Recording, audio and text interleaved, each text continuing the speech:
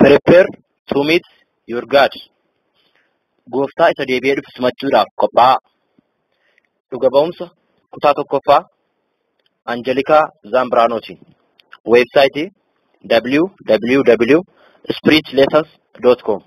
Hiikaan Damee Jorbaasaa. Barreessaan Yoosef Soleeraa. Du'uuf du'aa ka'uu mucattii ergaa namoota hundumaaf. Abjuuf mul'atni kennaa hafuura qulqulluuti. Kennaa kanas namoonni ofii isaaniis ta'e namoota biroo ittiin barsiisuuf fayyadamu. Namoonni abjuu yookaan mul'ata argan yeroo nutti himan isaan qofti kan argan waan ta'eef nama lammaffaa yookaan sadaffaatiin kan mirkaneeffatamu waan hin taaneef dubbicha kan fudhan dubbii Waaqayyo wajjin kan wal hin faallessine ta'uusaa ilaalleeti. Waaqayyos dhoksaa mootummaa isaa dhuma barichaa firdii bara dhumaa durii kaasee karaa garaagaraa dubbataa jira. Ammas taanaan dhoksaa jannataaf abidda bara baraa warra namanneef hin abboomamneef qophaa'e namoota baay'eetti mul'isee caalaatti akka of eeggannoo fi isaafis of qopheessinuuf nutti dubbataa jira.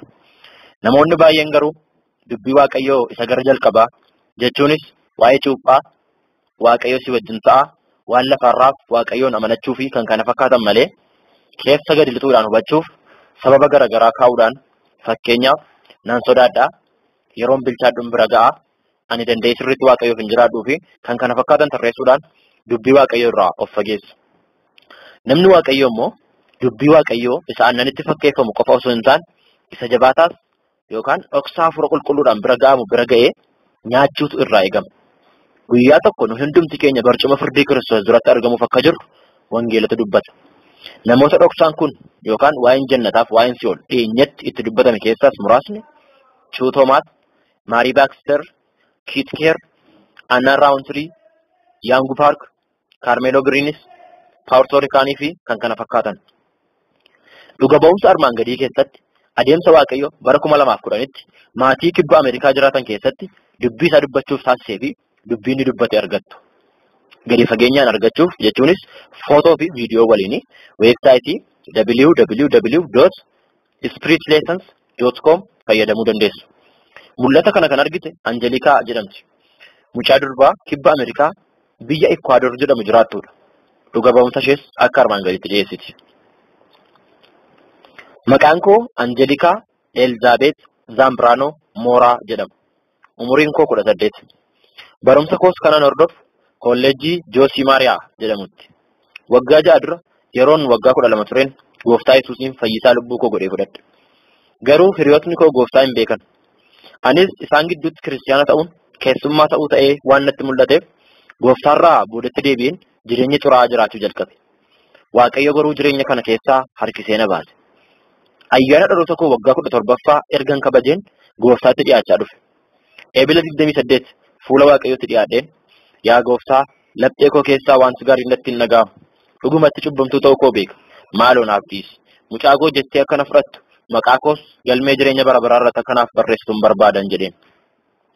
Akkasitti qalbii jijjiirradheen lubbuu koo Gooftaatti dabarsee kenne. Ji'a caamsaa keessa obboloonni guyyaa 15f soomaaf sagada qaban tokko isaan waliin akkan kadhadhuuf na affeeran. Anis isaanii wajjin kadhachuun murteesse. Utuun kadhannicha hin dhaqin dura garuu Waaqayyoon akkas jedheen kadhadhe. Maaloo sagantaa kanarratti natti dubbadhu. Saganticha irrattis Waaqayyo namoota hundumaaf sagalee ergee ana qofa hambise. Waaqayyo adda baasee waan na dhiise natti fakkaate hin gadde. Maaloo na wajjin yoo taate mallattoo naaf kennin jedheen. Innis Ermiyaas 33 lakkoofsa 3 guutummaa isaa mul'atatti natti argisiise. Na kadhadhu ani siif nan dhagaa wanta guddaatti qortee bira ga'uu hin dandeenyes sitti nan hima kan jedhu ture. Anis dubbii kanatti yaaduuttan ka'e. Na kadhadhu wanta guddaatti qortee bira hin geenye. Kana jechuunsaa jannataaf si'ooliin ansi argisiisa naan jechuusaati jedhee yaa Waaqayyo jannata malee si'ooliin arguu hin barbaadu. Sababni isaas si'ool bakka sodaachisaaf jibbisiisaa ta'uusaa dhaga'eeran jedheen. Takka immoo itti yaadeen jaalala kee yoo ta'e waanuma feete na argisiisi. Garuu dursitee jireenya koo akkanaaf jijjiirtuun barbaadan jedheen. Soomaaf sagada sana yeroo xumurres Gooftaa wajjin deemu hamma dadhabutti qoramsi baay'een na mudate. Garuu Waaqayyo humna naaf kenne. Sagalee isaas dhaga'uun eegale. Ji'a sana guutuus kadhataan an dabarse. Ji'a gayyaa keessa immoo namni Waaqayyo tokko mana keenya dhufe Waaqayyo si haa eebbisu. Waaqayyo biraa sagalee siif fideen dhufe. Ermiyaas 33 lakkoofsa 3 jireenya kee irratti akka raawwatamu kadhachaa turte. Waaqayyos isatti qortee bira hin geenye sana mootummaa isaa bara baraa fi si'ooliin si argisiisuuf jedha. Isaafis of qopheessi naan jedhe. Kadhachuu akkuma jalqabneenis samiin banameen arguutti ka'e.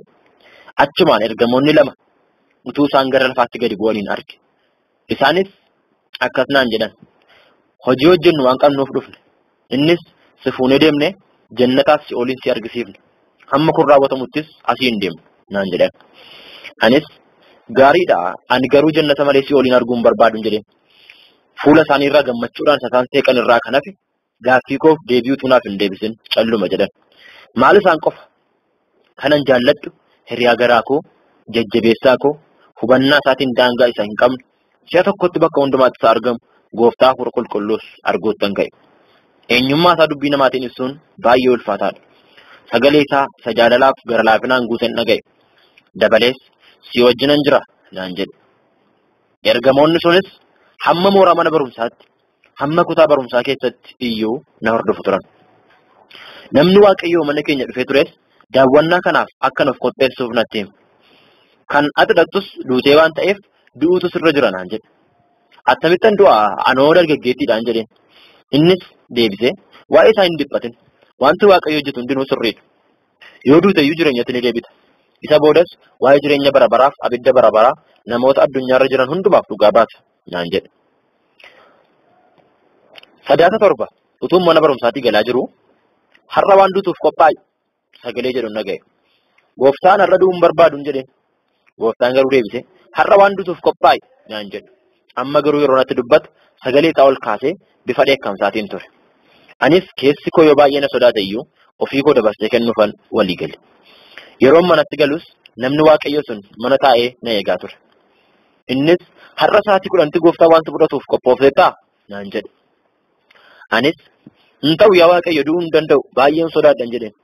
Namni kun naaf kadhatee booda garuu sodaan sun na gadhiise. Anis Waaqayyoon kadhadheen akkas jedheen.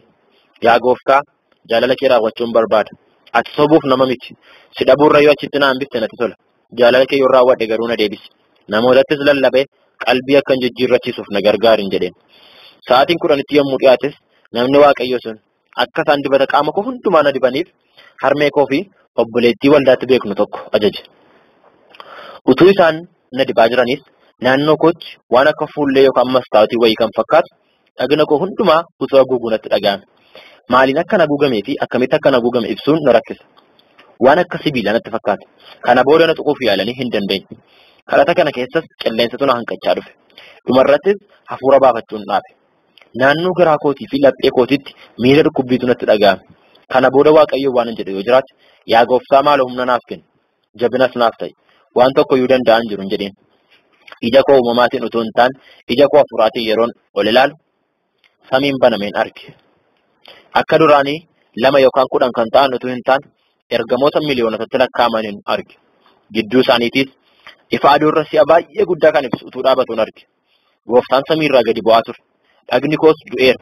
Inniif ergamoonni sun natti dhiyaachaa yeroo deeman Anjelikaa ishee duraanii akka hin taane natti beekama. Akka tasaas sagalee gooftaa isa jaalalaan guuteen dhaga'e. Mucaa koo ani Waaqayyo gooftaan kee si wajjin waan hin jiruuf hin sodaatin. As kanan dhufeef waanan waadaa siif seene hundumaa si argisiisuufi. Ka'ii harka kee mirgaa qabee hin sodaatin kan sin jedhu ana Waaqayyo keeti sin gargaara naan jedhe. Dhagna yookaan qaama koo isa foonii lafatti ilaalaan bakka hin jiru ol ka'ee dhaabadhe. Deemsa koos yeroon jalqabu ergamootni karaa naaf qopheessu turan. Ifa humnaan balaqqeessa'u ilaaluu yeroon jalqabe nagaan argadhe. Ifichas xiyyeeffadhee yeroon ilaalu nama bareedaa, dheeraa, simboo qabeessa, ulfinaan kan miidhage, taayitaaf humna olaanaa kan qabuun arge. Ifi guddaan isa keessaa waan ba'uuf fuula isaa sirriitti ilaaluu hin dandeenye.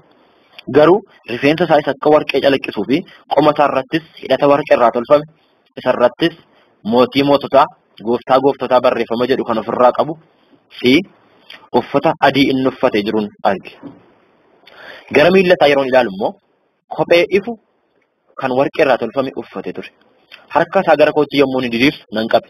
Gooftaa maal ta'aa jiran jedheen si'oolii nan si argisiisuufi. Dabalees waaqa dhugaa ta'uu koo fi ulfina koos ni argita. Isa booda foon keetti deebitee kan barreeffame hunduu dhugaa ta'uu isaa jechuunis jireenyi bara baraaf abiddi bara baraa akka inni jiru namoota hundumaaf dhugaa baata. Kanaaf akka qophaa'anitti dubbattaati hin sodaatin mucaa koo naan jedhe. Gooftaa jannata laaluun barbaadu. Garuu kanaan dura Si'ool baay'ee gadi akka ta'e waan an dhaga'eef achi dhaquun barbaadu hin jedheen. Innis deebisee mucaa koo ani yoomiyyuu si wajjin hin jira. Si'oolitti kana si geessuuf achitti si hambisuuf miti. Sababan qaba. Namoonni baay'een waa'ee Si'ool yoo beekan iyyuu kan ajaa'ibsiisu garuu Si'ooliin hin sodaatan. Qoosaa yookaan tapha isaanitti fakkaata. Qoosaa yookaan tapha isaanitti fakkaata. Warri kaan immoo waa'ee Si'ool homaa tokko iyyuu hin beekan. Warra mootummaa Waaqayyootti galanirra warra biddatti namaa jirantu baay'ata. Kanaaf kana argitee akka dhugaa baatu kanan barbaadeef naan jechaa imimmaan dhangalaase. Achumaan maaliif boottaa gooftaa hin jedheen. Innis mucaa koo kanan ba'uuf waa'ee namoota baay'ee warra dhumaa jiraniif. Kanas immoo sin argisiisa. Isa booda warra lafarra jiraniif dhuga ba'umsa ijaaf ijaa kennita malee deebitee gara bakka sanaa hin deemtu naan jedhe. Gooftaan kana utuu natti dubbachaa jiru akkuma tasaa wanti hundumtuu sosocho'utti ka'e. Lafti raafamtee banamte. Jala isheettis boolla dukkana guddaa liqimfamee jiru arge.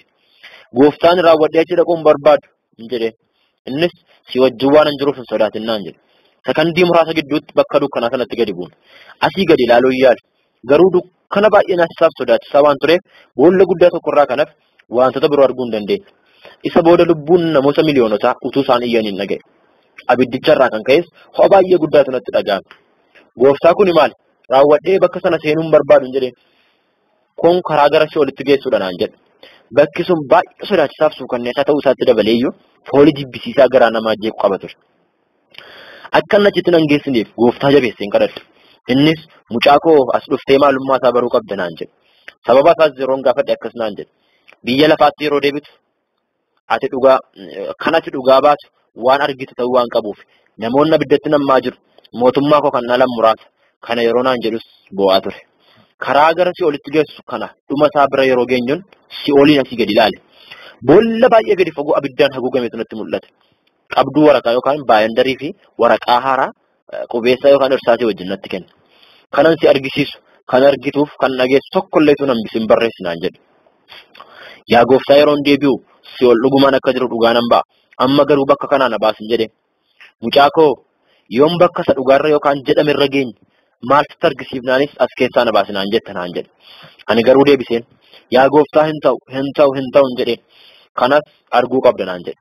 Kana booda hafuurota xuraa'oof sodaachisoo hamma garaa garaa qabaniin arge. Waan ta'e tokko harkatti baatanii asiif achi fiffiigu. Gooftaa maaliif akkas fiigu? Inni isaan harkatti baatan immoo maaliin jedheen. Mucaa koo sababni isaan akkas fiiganiif yeroon isaanii akka dhume waan baraniif. Namoota addumaan immoo ijoollee koo wallaalchisuuf yookaan dogongorsisuuf yeroon isaan hafe waan baay'ee gabaabbateef akkas fiigu. Harka isaaniitti kan isaan baasan immoo kan isaan ittiin nama waraananidha. Tokkoon isaaniitiif maqaa namaatu kennama.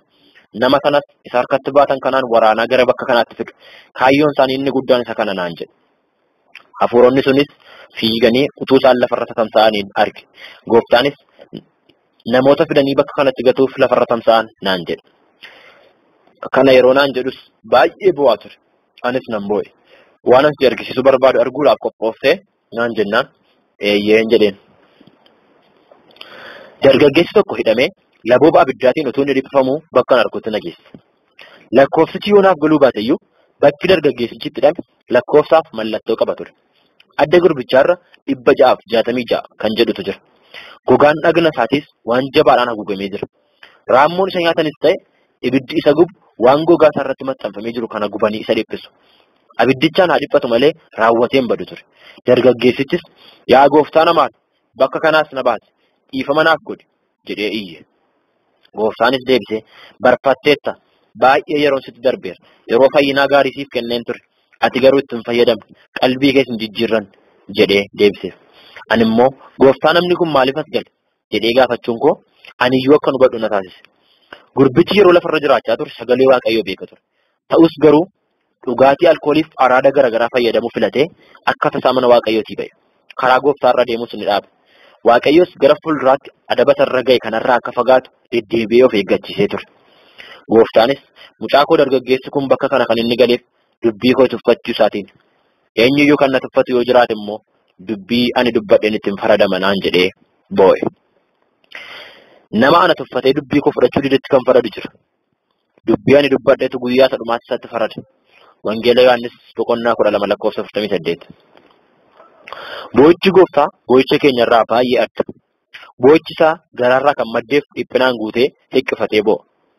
Argitee ani si'ooliin kanan uumeef bakka dhiphina dhala namaati jedhee miti naan jedhee jennaan namni maaliif as jiraata jedheen gaafadha. Innis mucaa koo si'ooliin kanan uumeef diiyaabiloosiif ergamoota isaatiif garuu cubbuu isaanii irraa qalbii jijjiirrachuu dadhabuu isaanii fi karaa isaanii isa jallaa irraa deebi'uu dadhabuu isaaniitiin dhumni namoota baay'ee as ta'e naan jedhe. Ergasii mootichi namoota bitaataa jiraniin isin abaaramoodhaan na biraa adeemaa gara abidda bara baraa seexanaaf ergamoota seexanaatiif qophaa'e dhaqaa. Maatiyos 25:41. Karaan gara jireenyaatti geessu rakkoodha. Karri isaas dhiphaadha. Namoonnis argatan muraasa. Maatiyos 7:4. Isa jedhu dubbii sanaa kenne. Kana yeroo dubbatus baay'ee bo'aa ture. Boo'icha isaa yeroo argite lapheen koo baay'ee na dhiphatte. Mucaa koo araara koof jaalala koo isa guddaa irraa kan ka'e dhala namaatiif lubbuu koo dabarsee kennuun koo akka namni bara baraan hin duuneef gara iddoo kanaatti hin dhufneef ture. Ammas taanaan namni hundumtuu cubbuu isaatiif gaabbee qalbii jijjiirratee mootummaa Waaqayyoo akka inni dhaalu fedhii kooti naan jedhe. Gooftaa wajjin jiraachuun koo balaarraa kana eeginatti dhaga'ame. Yoon itti adda ba'es asumatti maxxanee akka nafu nan yaade. Gooftaa maatii koo keessaa namni dhufe jira jedheen gaafadhe. Boo'ichaaf naasuu koo ilaalaa gara koo ilaalee mucaa koo ani si wajjin waan hin jiruuf hin sodaatin naan jedhe. Kutaa biraatti na geesse. Iddoo kanatti fira koo keessaa nama tokko nan arga jedhee gonkumaa iyyaan. Dubartittiin an arge sun dhiphina guddaa keessa turte. Raammoon fuula ishee nyaata. Seexanni immoo eeboodhaan ishee waraana. Yaa gooftaa maaloo na maari. Dhiifama naa godhi. Daqiiqaa tokkittiidhaaf illee iddoo kanaa na baasi jettee iyyiti. Namoonni si walitti dhiphifaman waan lafarratti hojjetaa turan hundumaa ni yaadatu. Yeroo lafarra turan gooftaatu beekanii garuu akka dubbii isaatti warri hin jiran asitti dachaadhaan dhiphifamu. Asitti warra argaa jirtu kun kana booda carraa fayyinaa tokko illee hin qaban. Warri lafarra jiran garuu ammayyuu carraa qalbii jijjiirrachuu qabu naan jedhe. Gooftaa maaliif akkoon koo bakka kana seente jedheen gaafadhe. Mucaa koo isheen bakka kana kan seenteef warra ishee gaddisiisaniif dhiifama gochuu dadhabuu isheetiin. Nama dhiifama hin gooneef immoo anis dhiifama hin qabu naan jedhe. Yaa gooftaa asa mala kee keessatti araara qabeessaaf dhiifama kan namaaf gootuudhaan jedheen. Eeyyee mucaa koo dhiifama gochuu waan sirriidha. Asitti namoonni baay'een ati argaa jirtu kun warra isaanitti balleessaniif dhiifama gochuu warra dadhabanidha. Kanaafuu biyya lafaatti yommuu deebitu dhiifama walii gochuun yeroon isaa amma akka ta'e namoota hundumaatti dubbadhu. Addumaan immoo ijoollee koo warra mana koo keessa jiran dhiifama akka isaan waliif godhaniif of eeggachiisi. Xiiqii gidduu isaanii jiru yaadaan walitti qabamuuf jibba garaa isaanii keessa akka isaan balleessanitti himi. Kana namni hin goone akka tasaa yoo du'e si'ooliin galuun isaa dirqama naan jedhe. Bakka kanaa yeroo deemnes akkoon koo laboo abiddaatiin liqimfamte jechaa iyyitu turte. Maqaa Waaqayyoos ni arrabsiti, ni abaarti. Ishee qofa otoo hin taane hundumtuu walumaa galatti si'ool lubbuuwwan dhiphifamaniin guutuudha. Baay'een isaanii gooftaan bakka kana akka isaan baasuuf harka isaanii diriirsanii kadhatu. Garuu eenyuyyuu akka isaan gargaaruu hin dandeenye yommuu hubatan achumaan arrabsoo isaanii itti fufu. Inni garuu garaan isaa utuu gadduu utuu ba'u akkas naan jedhe. Mucaa koo dhiphina isaanii yeroon argu garaa kootti na bu'a. Garuu homaa isaan gargaaruu hin danda'u. Waan sitti himu yoo jiraate garuu warri lafarra jiraatan bakka kana akka hin dhufneef guyyaan fayyinaa yeroon qalbii jijjiirrannaas har'a akka ta'edha jedhee boo'aan achi hime. Itti dabalees namoonni biyya lafaarratti beekamtii qabu turan akka isaan bakka kana jiran natti hime. Amma immoo kutaa si'ool isa biroonsi argisiisa naan jedhee dubartii laboo abiddaatiin marfamtee jirtutti na geesse. Dhiphina guddaa keessa waan jirtuuf gooftaan araara akka isheef godhuuf iyyitee kadhatte turte. Gooftaanis bakka isheen jirtutti quba qabee mucaa koo bakka sana laboo abiddaatiin marfamtee kanatti argaa jirtu sun Saalleenaadha naan jedhe. Saalleenaan kibba Ameerikaatti sirbituu beekamtuu turte. Gara isheetti dhiyaachaa yeroo deemnes dhiifama naaf godhi iddoo kanaas na baasi jettee utuu isheen iyyituun dhaga'e. Gooftaanis gara ishee ilaalee barfatteetta baay'ee yeroon sitti darbeera. Iddoon kun iddootti qalbii jijjiirratan miti isheedhaan jedhe. Achumaan gara koo ilaaltee maaloo sin kadhadha biyya lafaatti yeroo deebitu gadhummaa iddoo kanaa namoota hundumaatti himi. Caalin jedhin eenyuyyuu as akka hin dhufne dubbadhu. Dabaltees namoonni sirba koo akka hin dhaggeeffanneef akka hin sirbine itti naaf himi naan jette. Biyya lafaa yookaan waan biyya lafaa jaallachuutti hin hidhaminaa. namni tokko biyya lafaa jaallachuutti yoo hidhame waaqayyo abbaa jaallachuun isa keessa hin jiru. Ergaa Yohaannis tokkoffaa boqonnaa 2:15. Kana akkan siif dubbadhu maaliif barbaadde? Siin maal si fayyadan jedheen. Isheenis namoonni baay'een sirba koo dhaggeeffachuuf sirbuu jaallatu. Kana yeroo isaan godhan immoo dhiphinni koo inni siinatti dabalama. Dabalees sirba kan koos ta'e kan nama biraas dhaggeeffachuu namni jaallatu gara bakka kanaa dhufuudhaaf miilla isaa ariifachiisaa jira. Kanaafuu maaloo yeroo deebisu namni kamiyyuu gara bakka kanaa akka hin dhufneef dubbadhu. Si'ool dhugumaan jira. Akka jiru asis dubbadhu jettee naaf deebifte. Achumaan diiyaabiloos fageenya irraa eeboo darbatee ishee waraane. Humnaan iyyitee yaa gooftaa namaa maaloo na gargaari jetteen. Deebiin gooftaa garuu akkuma duraanii barfatteetta kan jedhu ture. Naannoo sanas yeroo ilaalu hafuuronni hamoonni baay'een waan akka bokkaa yookaan waan akka rooba asii gadi yeroo isaan roobsanii arge. Jalqaba roobuma sirrii natti fakkaatee ture. Garuu namoonni inni irratti roobu iyyanii baqachuudhaaf yeroo isaan yaalan argeen akka inni rooba sirrii hin taane hubadhe. Hin ta'u kun gonkumaa hin ta'u yaa gooftaa maaloo nu gargaari jedhanii iyyu. Seexannis qasa'ee isaanitti kolfaa innumaayyuu galataaf waaqeffannaa naaf fidaa kun bara hamma bara baraatti mootummaa keessan jedhee isaanitti qoosa. Laboobni abiddichaas raammoowwanis baay'achaa utuu isaan deemanii arge. Kun yeroo ta'us dhiphinni namoota hundumaa itti dabalaa adeema ture. Bakka kana bishaan wanti jedhamu iyyuu hin jiru. Gooftaa maaltu ta'aa jira? Dinqiin kun maaliin jedheen? Gooftaanis kun lafarra utuu jiranii qalbii jijjiirratanii namoota hin fayyineef miindaa kennamuudha naan jedhe. Kutaa lammaffaan isaa kutaa itti aanu irratti itti fufa. Dhuga ba'umsi kun soba miti, qoosaas miti, seenaas miti, asoosamas miti, abjuus miti. Si'ool dhugumaan jira. Isa kana lapheen namaayyuu beeka. Warra kana namoonni hundumaatti si'ool dhugumaan akka jiru himuun barbaada. Dhugummaa isaa jechaan ittiin siif ibsu hin qabu. Yeroon fiigaa jira. Waaqayyos mallattoo garaagaraa fayyadamee wanta ta'uuf jiru namootatti dubbata. Dubbii kana jalaa hin didin inni kun isa seexanni barbaadudha. Karaa si'ool irra deemaa jiraachuu kee of qori. Har'i guyyaa fayyinaati. Har'a guyyaatti jireenya keetti fayyisaa lubbuu kee Yesuus Kiristoosin affeertoodha. Kun salphaadha. Akkas jettee Waaqayyoon kadhadhu. Yaa gooftaa Yesuus fayyisaa lubbuu koo akka ati taate amma hubadheera. Jireenya kootti si simachuun barbaada. Laphee koo banee akka waaqa koo fi akka gooftaa kootti si fudhadhu. Si'ool jalaa ba'es bara baraan si wajjin jiraachuun barbaadu. Jireenya koo dhuunfadhu nama kee dhugaas na godhadhu jedhee Waaqayyoon kadhadhu. Battalaatti Yesuus Kiristoosin simatutti waan baay'eetu jireenya kee keessatti raawwatama. Tokkoffaa Yesuus jireenya kee keessa seena. Qolaataayis boqonnaa 1:14. Lammaffaa ati mucaa Waaqayyoo taata. Wangeela Yohaannis boqonnaa 1:12. Sadaffaa jireenya bara bara argatta. Wangeela Yohaannis boqonnaa 5:24. Caalaatti hubattee Waaqayyoo wajjin akka jiraattuuf yeroo hundumaa kadhannaadhaan gooftaa wajjin adeemi. Waldaa kiristaanaa dhaqee waaqeffadhu. Macaafa qulqulluus dubbifadhu. Namoota tajaajiltoota waldaa kiristaanaa ta'anis quunnamii gorsa barbaachisaa fudhadhu.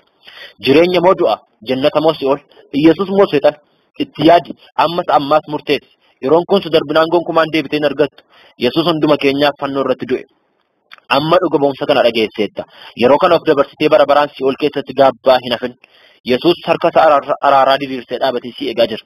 Jilba keetiin laphee guutuudhaan isa barbaade. Innis yoos gara keetti ni deebi'a. Cubbuu keessa turteef qalbii jijjiirradhu. Lammaffaa akka ittiin deebineef ayyaana Waaqayyoo yookaan humna si jabeessu kadhannaadhaan Yesuus biraa uffadhu. Cubbuu keessa turte keessaa ba'i. Cubbuus of keessaa baasi. Cubbuudhaaf sababa hin dhiyeessin.